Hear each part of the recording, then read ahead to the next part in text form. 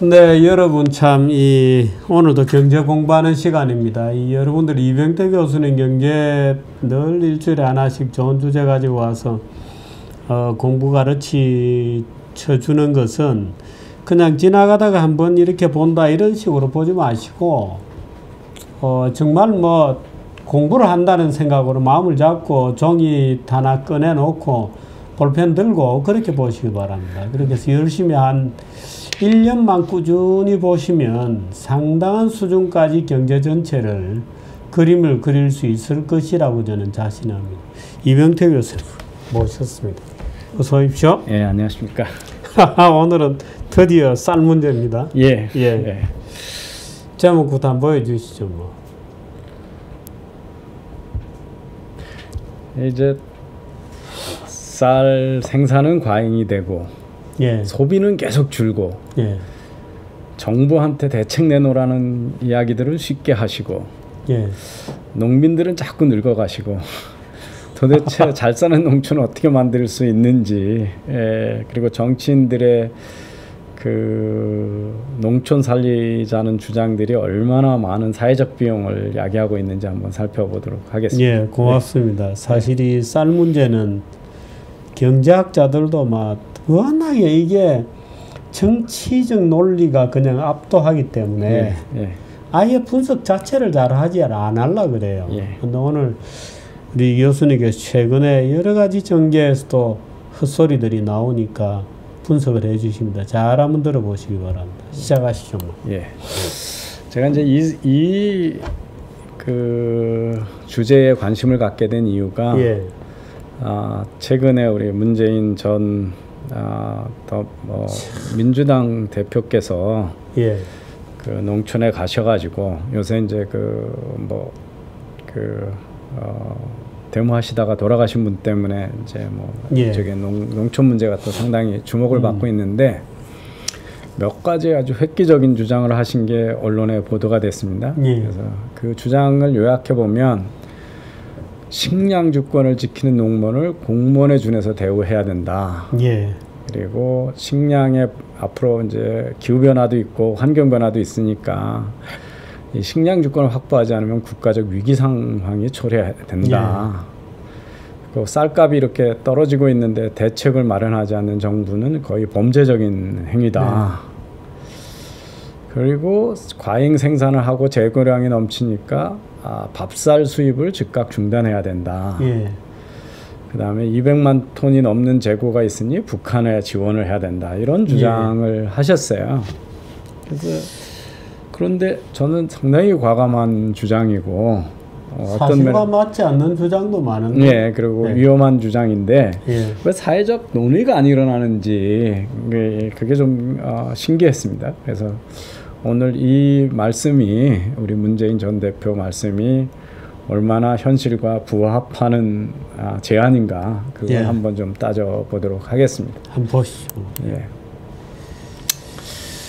우리나라 재고량이 정부가 비유하고 있는 남는 쌀의 재고량이 금년은 200만 톤을 넘었을 것으로 보입니다. 그래서 2015년을 보시면 그 이제 3년 묵은 쌀, 2년 묵은 쌀, 1년 묵은 쌀, 2015년 데이터인데요. 보시면 거의 상당 부분이 2년, 3년 묵은 쌀을 많이 가지고 있거든요. 그래서 재고 이게 이제 오른쪽에 있는 그림이군요. 그래서 국산쌀 재고 중에 묵은 쌀 몇 년 묵었냐? 제일 많은 게 2014년이 1년짜리고 13년이 2년짜리고 12년이 3년짜리군요. 그러니까 어마어마한 양이 3년 이상 창고에 묵혀 있습니다. 근데 언제 쌀이 제일 밥해 먹으면 맛있으신가요? 그야 제일 가까운 당연히 햇살이죠. 그러니까, 당연히 햇살이죠. 그래서 요번에도 풍작이 들어가지고 올해도 풍작이 들어가지고 농협에서 창고 비용을 지원하는데 500억을 지원한다고 합니다. 그러니까 이게 추가 수매에서 쌓아놓을 데가 없어서요. 창고 비용을. 그러니까 이제 사회적으로 재고를 하는 그 저장 비용만 수백억에서 천억 정도를 쓰고 있는 겁니다. 근데 이제 우리가 어떤 상품을 저장할 때는 비쌀 때 팔고 그러려고 저장하는 거잖아요. 예. 근데 쌀은 묵으면 묵을수록 품질이나 가격이 어떻게 되나요? 그렇군요. 그러니까 그 사회적 그 상품의 가치가 점점 떨어지기 위해서 오랫동안 돈을 쓴다. 이거 그냥 유실된 돈이거든요. 어디서도 부가가치는 생산 못하는 거고요. 그런데 우리 정서가 저 3년 묵은 쌀을 2010년에 저렇게 오래 묵은 게 많으니까 소비를 진짜 하다 한다니까 사료로 쓰자, 이렇게 동물 사료로 주자. 이제 이것도 말이 안 되는 거죠. 그러니까 우리가 옥수수 이런 거 수입하면 가격이 얼마나 싼데 근데 뭐 버리는 것보다 나니까. 근데 그게 농민들이나 사회에서 완전히 반발이 심해가지고 사료로도 못 쓰게 하고 저기다 국가 재정을 저기다 쓰자고 자꾸 이제 우기는 상황이 우리 지금 현재 현실입니다. 지금 2012년 산 쌀을 보관을 아직도 하고 있는 이유는 뭔가요? 그게 재고가 풀리면 가격이 더 폭락한다는 이유입니다. 그러니까 지금 시장 가격을 인위적으로 부양을 해야 되고 매년 초과 생산이 되고 있는 거죠. 우리나라에서 수입 아니 그러니까 초과 생산을 해도 어디에선가 보조금으로 수매, 뭐 정부 직접 수매는 아니지만 농협 수매 같은 방법으로 어떻든 뭔가 대가 나오니까 생산을 하는 거잖아요. 그렇습니다. 어떤 대가를 주는지 한번 보겠습니다. 제목이 누가 지불하고 있나고. 자, 우리나라의 그럼 대책이 아무것도 정부가 그 대책 마련하고 가는 거 범죄적인 행위라고 그랬잖아요. 근데 이제 우리나라가 금년 예상 생산량이 420만 톤이라고 합니다. 근데 그 180만 톤을 농협이 구매하기로 돼 있거든요. 그러니까 생산량의 45%를 간접적으로 우선 정부가 구매를 하는 겁니다. 그러니까 어마어마한 양을 구매하거든요. 근데 이제 지금 산지의 가격이 얼마냐면 80kg 한 가마당 13만 7천 원이라고 합니다. 이게 이제 전년 대비 20% 정도 떨어졌다고 난리거든요. 근데 8월 말 현재 그걸 이제 톤당으로 계산하면 171만 2,500원 정도 됩니다. 제가 아까 계산을 해봤더니. 근데 국제 시세는요 톤당 414불이에요. 45만 원 상당이군요. 45만 원입니다. 8월 그 시세가요. 우리나라의 수매가가 국제 시세의 376%입니다. 근데 수매하는 가격으로 우리가 소비자가 사서 쓰는 게 아니잖아요. 그렇습니다. 그거보다 훨씬 비싼 가격이잖아요. 그러니까 소비자는 얼마에 쓰는 건가요? 4배, 국제 시세 4배 이상이고요. 그러니까 결국은 저게 대다수의 쌀 소비자가 대신 지불하고 있는 겁니다. 이 가격을 지지하기 위해서. 그렇습니다. 그리고 정부는 정부에서 예산에서 그 아까 여기 비축하느라고 예산을 어마어마하게 쓰고 있거든요. 몇백억씩을 쓰고 있거든요. 그래서 그런데 이렇게 국민들이 다 사실은 농촌에다가 보조금을 준 거죠. 제가 국제시세보다 한 4배 정도 비싸게 쌀을 사가지고 하고 있고, 그런데 아무 대책이도 없어서 범죄적인 현황이다 이렇게 얘기하는 게 이제 맞냐 이런 걸 제가 아니 문재인이 뭐 아무리 경제에 대해서 모른다고 하기로서니 그동안에 자기가 청와대 비서실장도 했고 정치인 생활을 오래 했는데 우리나라 농업 구조를 모를 리가 없는데. 그게 이제 저 정도 되면 저거는 뭐 무식의 정도가 아니고 이건 뭐 완전 양심불량으로 아는 내용을 지금 헛소리를 하고 있는 거 자기도 알 텐데. 그건 저는 모르겠습니다. 어때서 저런 얘기가 나왔는지. 참나 정말 미스테리예요. 그 왜 그렇게 쌀 가격이 계속 떨어지고 있나? 그걸 한번 근본적인 원인을 보면요. 전 세계 곡물 생산량이 미국이나 전 세계나 똑같습니다. 2000년 대비 지금 왼쪽 그림에 이제 녹색이 미국이고, 저 회색이 전체 나머지 세계군요. 그래서 전체적으로 보면 15년 사이에 곡물 생산이 5배가 증가했습니다. 전 세계에서 2000년 대비 2015년으로 보면 그렇게나 많이 증가가 계속되고 있는 거군요. 15년 사이에. 그러면 그 사이에 전 세계 인구는 몇 % 증가했냐? 제가 오늘 열심히 찾아봤습니다. 60억 3천만에서 73억 5천만으로 21% 증가했습니다. 그러니까 2분 음식을 먹을 인구는 21% 증가했는데 식량은 5배 증가했으니까 가격이 떨어지는 게 당연하죠. 그러니까 전 세계적으로 식량은 과잉 생산입니다. 그래서 이걸 어떻게 해서 지금 소비가 늘어났냐면요. 옛날에는 곡물을 주로 먹었거든요. 예. 이 곡물을 가지고 뭐를 하냐면 가축을 많이 기릅니다. 예. 가축을 많이 기르니까 이제 우리가 닭고기도 싸고 예. 소고기도 싸지고 예. 연어도 싸지고 그런 거거든요. 그러니까 소고기를 많이 먹게 되죠. 예. 그러면 이제 쌀의 직접 생산은 소비는 줄어드는 예. 거죠. 그러니까 우리도 아주 현격하게 1인당 쌀의 소비가 줄고 있거든요. 그걸 예. 뭘 먹는 거냐면 요새 치맥 많이 먹고 피자 먹고 소고기 많이 먹고 예, 먹는 거죠. 예, 그렇게 해서 이제 동물이 많이 먹습니다. 가축이. 그 얘기는 우리 식문화가 점점 고급으로 갔다는 얘기죠. 예. 이제 다양하게. 그래서 왜 싸지냐? 소비에 비해서 생산이 어마어마하게 늘어나고 있다는 게 지금 조금 전 그림의 오른쪽 그림도 설명 좀 해주세요. 네, 오른쪽 그림은 우리나라 우리나라군요. 네, 농부 1인당 생산량이 얼마나 늘어났냐 예. 하는 건데요. 우리나라 데이터를 찾기가 좀 어려워서요. 이 예. 데이터가 2006년까지밖에 없는데요. 우리나라도 예. 세계 시장 그 생산하고 크게 벗어나지 않고 이제 예. 식량량이 보시면은 한 500 에서 그 위에 보시면 이렇게 그 600에서 1,400 뭐 이런 그죠? 정도로 늘어났죠. 지금 70년에서. 근데 이제 전 세계에서 늘어나는 거에 비해서 상당히 더디게 우리나라가 늘어나고 네. 있습니다. 그렇게 이제 뒤에서 조금 설명을 드리는데요. 지금 15년 사이에 전 세계에서 생산량이 5배가 늘어났다고 하는 것은 총 생산량이죠. 예, 곡물의 총 무슨 마지날이 5배가 늘어난 건 아니고 총 곡물이. 예. 그러니까 어마어마하게 늘어난 거군요. 그럼요. 이게 이제 그 항상 우리가 그 생산성을 따질 때 공업 생산성보다 농업 생산성 예. 증가가 훨씬 높습니다. 그러니까 사실 농작물 가격이 떨어질 수밖에 없는 거죠. 예, 그렇습니다. 지금 예. 그러다 보니까 너무 싸졌잖아요. 그래서 지금 우리가 인류가 갖고 있는 문제가 뭔가를 보면 너무 많이 먹는다는 겁니다.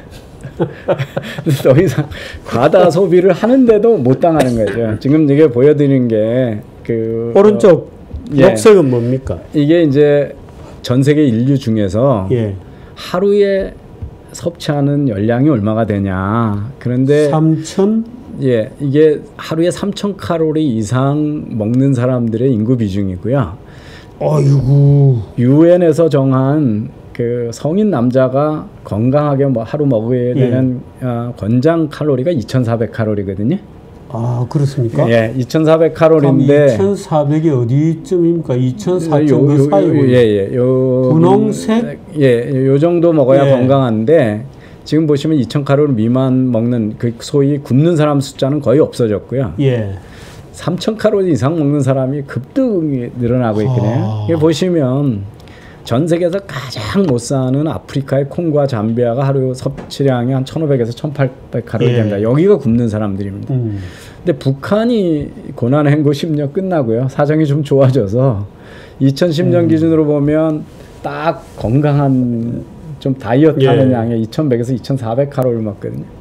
우리나라는 3,100칼로리를 먹습니다. 지금은 이제 훨씬 더 많이 먹고요. 북한은 뭐 평균적으로 보면 다이어트의 필요성이 별로 없는 국가고요. 우리는 지금 어마어마한 과다 섭취를 하고 있습니다. 그러니까 그 2,400 대비 한 600칼로리, 700칼로리 예. 더 먹으니까 한 34%는 권장량보다 많이 먹는다는 거고요.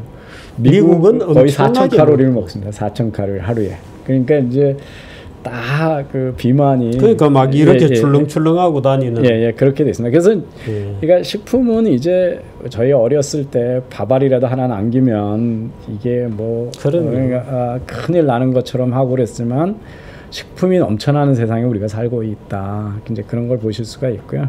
그렇게 많이 먹어줘도 아까 인구 늘어나는 숫자에 비해서 곡물 생산량이 월등히 앞서서 생산되고 있다는 걸 알 수가 있습니다. 예. 그래서 이제 우리가 얼마나 인류가 이렇게 풍요로운 세상으로 바뀌었냐를 보여주는 이제 대표적인 그래프가 산업혁명 초기에 영국의 노동자들은 가처분 소득의 75%를 다 식품비였었거든요. 나머지 소비를 할 수가 없었습니다. 근데 이제 우리 요새 식품비라고 그러면 먹고 살기 위해서 먹는 거 외에 와인도 마시고 외식도 하시고 뭐 커피도 마시고 이러지 않습니까? 그거 다 합쳐봐야 가계 소비의 한 10% 정도 되게 14%. 그러니까 미국입니다. 2005년입니다. 2005년인데요. 예. 최근 데이터 제가 못 구했는데 지금은 거의 10% 미만으로 10% 미만으로 내려가 있습니다. 그러니까 그 가계의 가처분 소득에서. 근데 지금 보시면 커피 한 잔에 5,000원씩 드시고 가서 뭐 몇만 원짜리 와인도 드시고 그러잖아요. 그걸 식품으로 얘기를 해야 되는지 사회적인 그냥 뭐 문화생활을 위한 문화비로 봐야 되는지 취미 비용 그죠? 예, 문화비로 보는지 사교 비용으로 봐야 되는지 모르겠는데 그것까지 다 합쳐서 그렇거든요. 예, 그러니까 얼마나 식품 소비가 차지하는 비중이 적은가를 보실 수가 있습니다. 예, 이제 미국에서 지금 최근 데이터 보여주시면요 이렇습니다. 아까 거는 이제 2005년이었거든요. 14라고 나온 거는 2005년이고요. 2005년이고. 예, 2010년은 9.4%로 10% 미만으로 내려갔습니다. 근데 그 이후로도 그 국제 가처분 소득에서 차지하는 식품 비용, 푸드 익스펜디처. 예, 근데 그게 1930년만 해도 24%였거든요. 예. 그러니까 식량이 얼마나 싼 세상에 우리가 살고 있냐를 이제 보실 수가 있습니다. 그렇군요. 예. 우리 이제 그러면 야, 이게 이제 본론입니다. 예, 식량 안보를 해야 된다. 예. 식량 안보론이라는 얘기는 우리가 충분한 식량을 생산을 안 하면 외국에서 너한테 식량을 안 주겠다. 식량을 안 주면 우리는 뭐 먹고 살 수가 없으니까요. 그러면 나라가 이제 그 국가 주권을 지킬 수 없다. 이런 얘기거든요. 식량 얻어먹기 위해서 빌어야 되니까. 그런데 이제 이 식량 안보론을 얘기하기 전에 우리나라 농업 인구가 지금 한 국민의 5% 정도 되거든요. 예. 이 다른 나라는 어떻게 되냐면 미국이 대개 한 1.5% 부근입니다. 그리고 전 세계적으로 2050년이 가면 전 세계에서 농업 인구가 전체 인구의 2%로 될 것으로 추정이 됩니다. 그러니까 사실 이게 이제 우리가 잘 봐야 되는 것이 그만큼 농업 기술이 어마어마한 비약이 난 거죠. 옛날에는 뭐 전체 인구의 뭐 90%가 대부분이 농사를 지어서 겨우 풀칠하는 거고 지금은 불과 한 1, 2%가 농사를 지어도 다 먹고도 지금 과잉이라서 문제가 되는 거죠. 예, 그래서 산업혁명을 설명할 때 산업혁명이 왜 가능하냐 그랬을 때 2차 농업혁명이 가능했기 때문에 가능하다는 얘기를 합니다. 왜냐하면 농경 시대는 전 인류가 농사를 지어서 식량 생산에만 종사했잖아요. 근데 그 반이 떨어져서 공장으로 간 게 산업혁명인데 나머지 반이 전체 먹고 살 수 있는 식량을 생산해주지 않으면 이동할 수가 없는 거죠. 그래서 이제 그만큼 이 농업의 녹색혁명은 일찍 시작한 거거든요. 그래서 이제 이렇게 돼서 우리나라 농업 인구는 지금부터 더 줄어야 됩니다. 그러니까 그 줄어야 되는데 그걸 자꾸 안보론을 해가지고 농민들을 보호해야 된다고 이제 얘기를 하죠. 농민이 이제 그나마 자연 퇴출도 안 되게 공무원, 중공무원 대우까지 해가면서 그나마 그 자연 감소도 못되게 지금 틀어막자는 거죠. 그래 이제 이걸 보실 수가 있어요. 물론 이제 경제 유발 효과도 있고 다 있는데. 벌써 한 2년 전 데이터를 보면 5%의 농업 인구가 우리나라 GDP 기여도가 1.9%밖에 안 되거든요. 그러니까 그것도 어마어마하게 아까처럼 온 국민이 비싸게 농산물을 사주고 또 뭐 정부가 온갖 그 보조금을 다 주거든요. 그리고 아시겠습니다만 뭐 전기세도 싸고 농민을 하면 어마어마하게 다 원가해주고 그럼에도 불구하고 이제 우리 국민 총생산에 기여하는 데가 1.9%밖에 안 되니까 평균의 반도 안 되는 거 아닙니까? 이 인구 비중은 5%인데 그러니까 그 비중이 많아지면 우리나라 평균 소득이 떨어지는 거죠. 필연적으로. 이제 그런 글로벌 추세가 있다는 걸 좀 보실 필요가 있고요.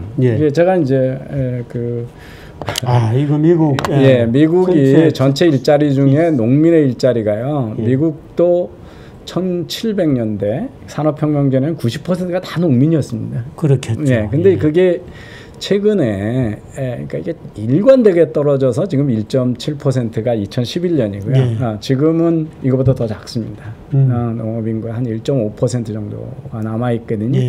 그래서 지금 예상하는 건 근데 1.5%가 미국 국민이 필요한 식량의 1.5배 내지 2배를 생산합니다. 그러니까. 그래서 러시아가 풍년이 들면 큰일이 나요. 예. 농산물을 처분할 데가 없는 겁니다. 그러니까 수출이 안 되면요. 그래서 그러면 이제 많은 사람들이 의문을 삼아요. 그 아프리카에 굶는 나라 많은데 거기다 좀 주면 안 되냐. 근데 식품의 특징이 뭐냐 하면 시장 가격에 비해서 그 상품 가치에 비해서 물류 비용이 훨씬 더 크다는 거죠. 그러니까 식량을 아프리카에 굶는 사람한테 갖다 주려면 그 농산물 가격의 7배 정도의 물류 비용을 누가 지불해줘야 그 부족한 사람한테 갖다 먹일 수가 있습니다. 그러니까 어마어마한 어디서 기부금이 생기거나 그러기 전에는 그러니까 가난한 나라가 부자 나라의 식량을 못 갖다 먹는 이유는 갖다 먹을 능력이 안 되는 겁니다. 그러니까 주겠다는 의사가 없는 게 아니고 그래서 다 태워버리거나 이제 그러거든요. 예. 근데 이제 저걸 보관하려면 비용이 어마어마하게 드는 거죠. 예. 그 이제 우리 쌀 보관비가 엄청 들듯이. 예. 자, 그러면 이제 안보를 위협하는 게 어떤 거나 식량을 가지고 대한민국한테는 쌀이 부족한데 옥수수가 부족한데 밀가루가 부족한데 주지 말라. 어떤 경우에 이런 일이 가능할까요? 글쎄 뭐 대한민국 갑자기 뭐 미쳐가지고 무슨 뭐 이 나라 저 나라하고 도발을 한다든지. 인류 역사상 유엔이 경제 제재를 하면서 식량을 수입 못하게 막은 사례는 없습니다. 오, 그렇군요. 석유를 막지. 무슨 군사용품을 막지. 왜냐하면 이게 안 가면 다 굶어 죽잖아요. 그러니까 우리가 북한하고 그렇게 적대적 관계에 있어도 유엔을 통해서 식량 지원하고 소위 휴메리터리안 에이드라는 게 인간적인 지원이라는 게 다 그런 거예요. 의약품, 농산물이잖아요.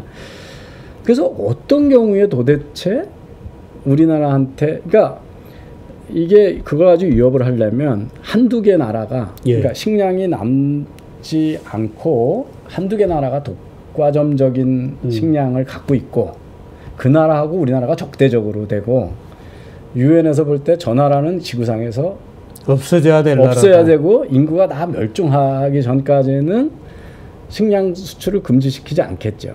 예, 그런데 전 세계에서 지금 식량은 다 남아서 식량 생산 국가가 남아서 자기네도 그걸 팔지를 못하면 자기네가 비용을 농민들한테 어떻게 해야 되는데 수요를 감당 못해서 인구에 비해서 꼴등이 양이 많이 생산되니까 그런데 왜 우리한테 위협을 가한다라고 얘기를 하냐는 거죠.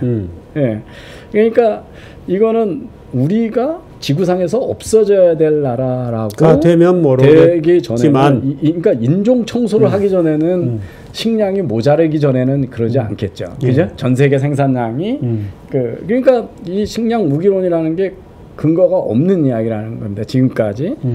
그러면 이제 그다음 얘기가 그래서 이제 아까 제가 위협을 하려면 국제적으로 독과점이 되고 이게 인종 청소에 해당하는 제재 대상국이 되고 그다음에 전 세계가 개방 경제를 포기할 때나 가능한 이거.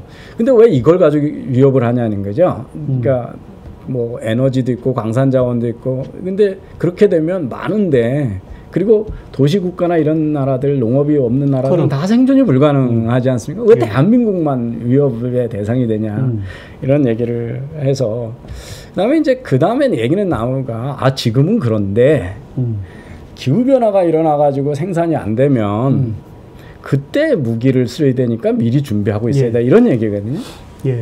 그러면 전 세계가 글로벌 워밍이 돼서 다 농사가 안 짓는데 대한민국만 유독 우리가 농업을 지키고 있으면 농사가 되느냐 하는 거고요. 근데 지금 이 교수님 두 번째, 세 번째 오히려 지구가 적절히 글로벌 워밍이 되면 농지가 어마어마하게 새로 나오고 농업 생산량이 넘친다. 늘어난다는 오히려. 그래서 이제 일부 경제학자들은 지금도 그래서 이제 아주 길게 투자하는 경우에 캐나다 북부나 시베리아의 땅에 투자하는 펀드들이 있거든요. 글로벌 워밍 펀드라고 합니다. 여기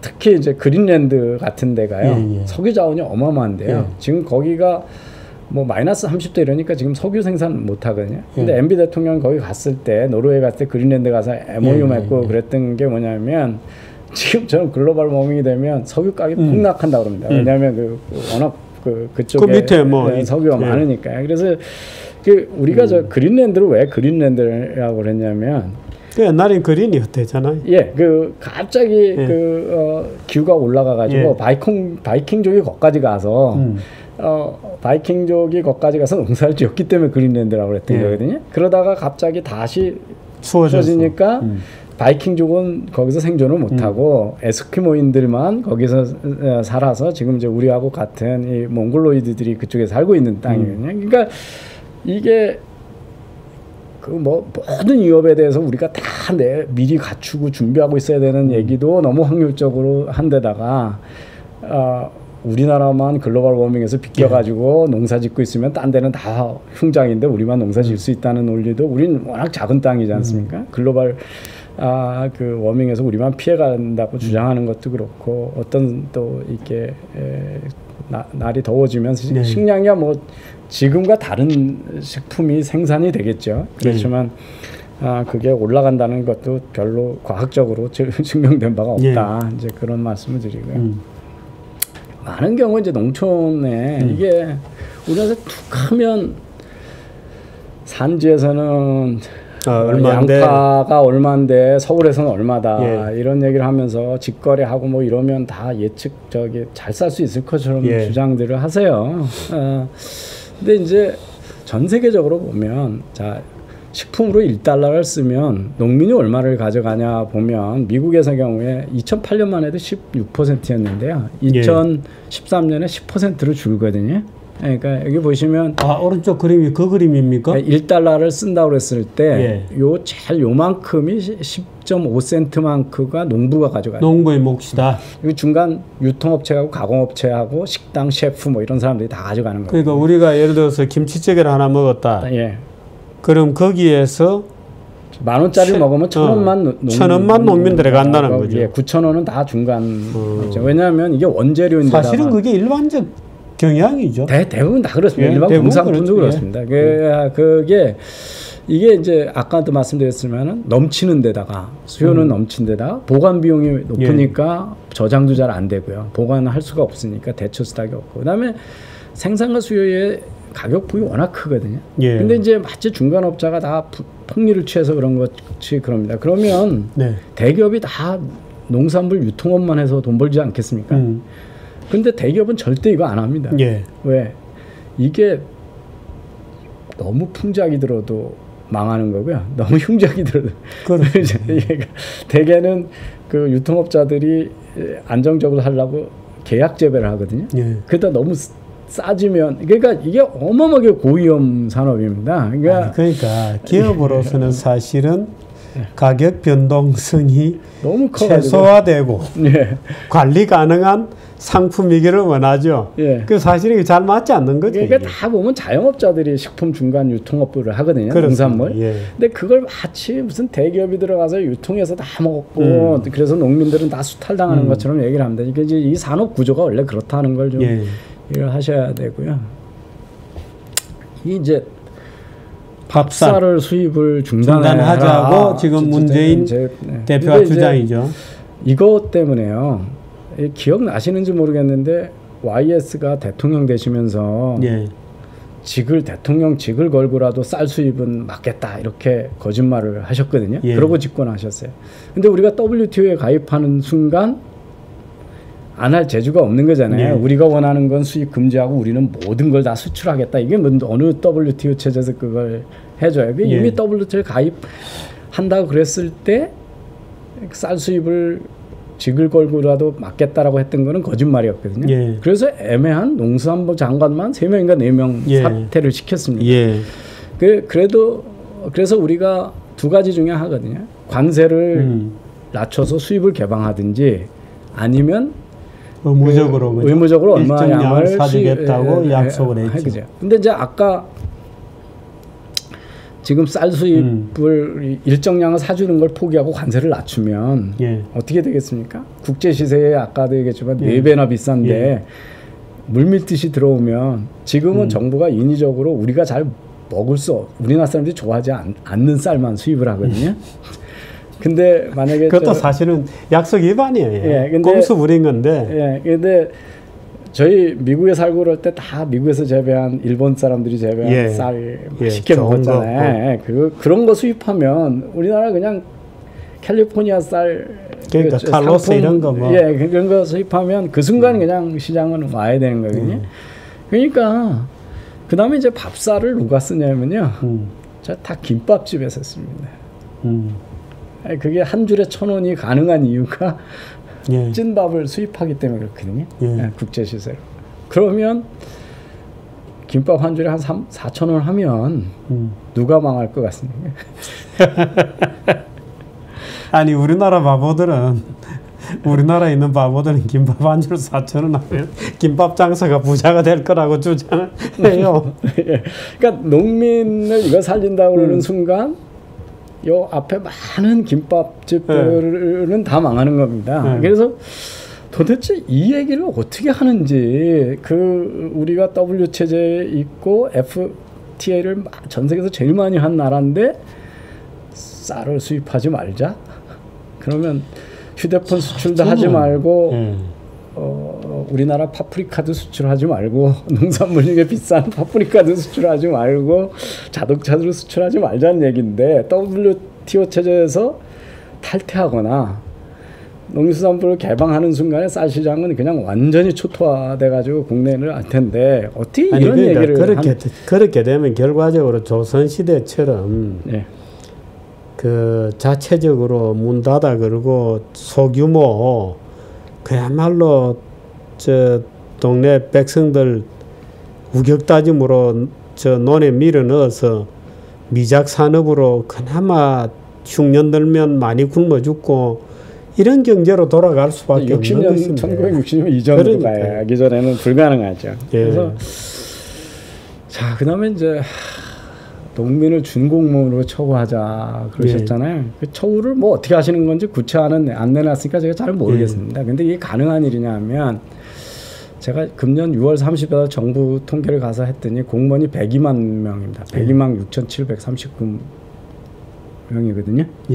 이게 중앙 지자체 다 합쳐서입니다. 그러니까 50명 중에 1명은 이제 공무원인데요. 여기에다가 250만 원을 공무원으로 더하면 공무원 숫자가 250% 늘어나지 않습니까? 내년도 400조 예산 중에 63조가 공무원 인건비입니다. 그건 얼마를 쓰자는 얘기예요? 국가 예산 2.5배 더하면은 뭐 100몇십조 써야 되는 거군요. 그러면 그죠? 나머지 국방비는 누가 되고 세무장비는 누가 되는 거죠? 무슨 공무원 임금을 주시려고 그러는지 어떻게 처우하시려는지 모르겠는데 아까 그 문재인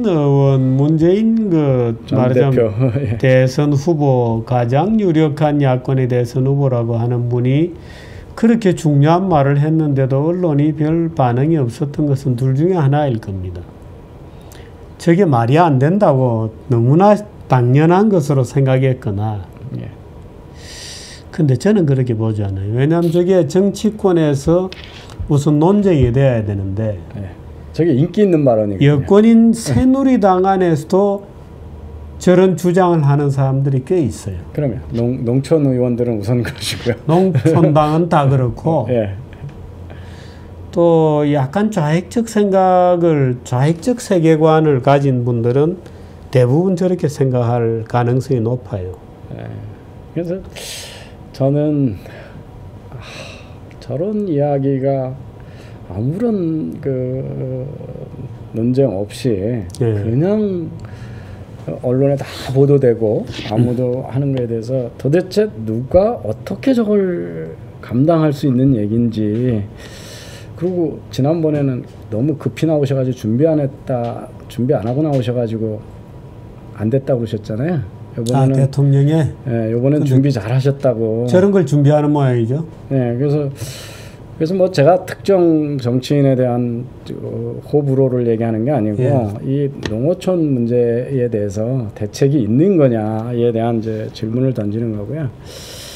이제 제가 이게 농촌이 어떻게 가고 있는가를 전 세계적으로 보면요. 제조업하고 똑같습니다. 이건 어느 나라 겁니까? 미국입니다. 미국인데요. 예. 아이고 보면 빨간 게 농가 숫자고요. 예. 그 다음에 한 농가가 얼마나 큰 땅을 경작하냐. 그러니까 이게 아까 생산성이 그렇게 높아지는 게 기계화되고 규모의 경쟁, 대형화하는 거거든요. 대형화하지 않으면 이 생산성을 따라갈 수가 없는데 우리나라가 왜 다른 나라만큼 빨리 생산성이 안 늘어나냐 할 때 이제 이런 거에 실패하는 거죠. 그다음에 지리적 조건도 아주 불리하고요. 산악이 많으니까요. 그래서 근데 이제 그러면 농가 수입 중에 농사로 벌어들이는 수입이 얼마나 되냐 보시면요. 미국에서 2011년까지 보면 전체 수입의 30% 정도만 농가 수입, 농업 수입입니다. 그러니까 70%는 다른 거로 돈을 번다는 거죠. 그러니까 농촌에 있지만 그 총 수입의 100 중에 20-30%만 농업에서 돈을 버는 겁니다. 이게 이제 다른 나라 통계도 유사합니다. 이게 제가 최근 통계를 못 찾아서 그런데요. 그 농가에서 비농업 수입이 얼마가 되나 보면요. 일본 농촌이 되게 잘 삽니다. 그러니까 보호도 하고 그러는데요. 아, 이거는 비농업 부분에서 수입 비중입니다. 그러니까 농촌에 사는 농사를 짓는다고 그러는 분도요. 수입의 90%가 비농업에서 오는 거예요. 그렇군요. 그러니까 어떻게 하냐면요. 일본의 농부들은 여름에는 농사를 지는데요. 가을이나 겨울이나 저녁에는 다 가게에 가서 일을 하거나 공장에 가서 그러니까 겸업을 하시는 거예요. 그러니까 수입이 그러니까 그리고 뭐 체험 관광이라든지 이런 거에서 수입이 생기는 거지. 농업 부분에서 이 대만도 농업인데 보시면 다 이 표를 다시 한번 이게 우리 농업의 2001년에 문제를 보면 정난하게 지금 사실 보여주는 거죠. 그러니까 한국은 전체 수입의 반이 농사지어서 오고 있는데 이제 벌써 15년 전이니까 조금 통계가 다릅니다만은 이게 그런데 대만하고 일본에는 20%는 10% 20%만 농업 부분의 수입이 생기는 겁니다. 그러니까 복합 농가를 만들지 않고 농촌에 거기에 다른 서비스업이나 제조업이나 이런 유통업들이 같이 농가공업들이 같이 있어가지고 그 안에서 여러 가지 부가가치를 일으킬 수 있는 걸 만들어주지 않으면 농산물이라고 하는 건 아까 전 세계적으로 넘치는 거고 가격이 계속 떨어지고 있기 때문에 어마어마한 사회적으로 지지 보조금을 줘도 수입을 올릴 수가 없다. 그래서 이 부분에 대해서 해야지 자꾸 농산물로 뭘 한다는 게 사실은 해법이 아니라는 겁니다. 그 우리나라 일부 뭐 지금 문재인 그 정치인 얘기를 우리가 했습니다만은 사실 그런 분들에게 있어서 이 쌀의 경제학이라고 할까 농업의 발전 정도라고 할까 이런 게 전혀 지금 관념 자체가 없는 것 같아요. 그리고 글로벌 시장에서 우리가 살아야 된다는 것도 마찬가지고요. 그러니까 그저 우리가 50년대, 60년대 어린 시절에 봤던 농촌에 대한 향수 뭐 이런 식의. 그리고 이제 지금도 아버지 세대, 할아버지 세대는 다 농부였기 때문에 정서적으로 농촌에 대해서는 되게 우호적인 시각을 가지고 있거든요. 그러니까 사실은 다른 나라에서 소고기를 수입한다, 쌀을 수입한다 그러면 도시민들은 식품 소비자들은 좋아하고 농민들은 반대해야 되는데 지금도 이제 우리 국민 정서상의 90%는 다 그 농산물 수입을 반대하고 뭐 이런 정서가 있으니까 자꾸 저런 억지가 좀 나오는 것 같아요. 제가 일선 기자한테 농림부 출입 기자를 좀 했거든요. 그래서 무슨 파동이 나서 예를 들어서 고기 가격이 급등을 했다. 그럼 농림부 장관 당연히 국민들에게 양질의 단백질을 공급할 의무가 있으니까 일부 이제 수입을 하잖아요. 그럼 얼마나 웃기느냐면 수입 업무량은 얼마 수입을 부득이 하겠습니다. 그것도 부득이야. 왜 부득인지는 몰라도 부득이 하겠다고 보도자료를 이제 담당 축전국장이 기자실에 내려서 발표를 하거든요. 그럼 기자들이 그 축전국장을 막 욕을 해요. 이제 고기값이 올라서 축산농가가 조금 덕을 보려고 하느니 왜 수입을 하는. 그리고 아까 제가 구조를 보여드렸습니다만은 소고기값이 폭등한다고 해서 산지 가격이 이렇게 올라가는 건 아닙니다. 그 유통에서 워낙 몇 년 전에 그 태풍이 뒤늦게 와가지고 고운행지 배추가 잘 생산이 안 돼가지고 막 그 김치가 금치값 뭐 이러니까 자, 산동 반도 뭐 이런 데서 급히 수입 많이 했죠. 그거가 시장에 풀리기 전에 다 썩었거든요. 썩고 이미 김장김치가 막 나와가지고 다시 정상화됐죠. 폭락이 됐거든요. 근데 그 수입해가지고 다 날라간 돈, 정부에서 긴급 수입해가지고 날라간 돈에 대해서 아무도 책임을 안 지는 거겠네. 그래서 그런 일들을 우리가 계속 그렇게 우리나라가 지금 세금 쓸 데가 없냐. 제가 아까 100만 그 공무원을 350만으로 놔두고 참 어리석음의 비용이 또 내년에 또 정치 시즌이기 때문에 또 얼마나 많이 우리가 무죄에 대해서 비용을 지불하고 일반인들의 오해에 대해서 비용을 지불해야 되는지 또 그런 비용을 이익으로 생각하는 또 이익 집단들이 강하게 구축이 되어서 또 정치적으로 하나의 붕당을 만들고 있는 이런 구조가 우리 경제의 사실은 내부에 숨겨져 있는 비효율의 아주 극단적인 형태, 전형적인 그런 형태입니다. 오늘 이병태 교수님 그 쌀 얘기해 주셨는데 저도 농업에 대해서 조금 안다고 생각하는데 저도 처음 보는 통계들이 몇 가지 있었어요. 아주 좋은 통계를 구해 주셔서 저희들이 또 잘 공부를 할 수 있었습니다. 고맙습니다. 예, 고맙습니다.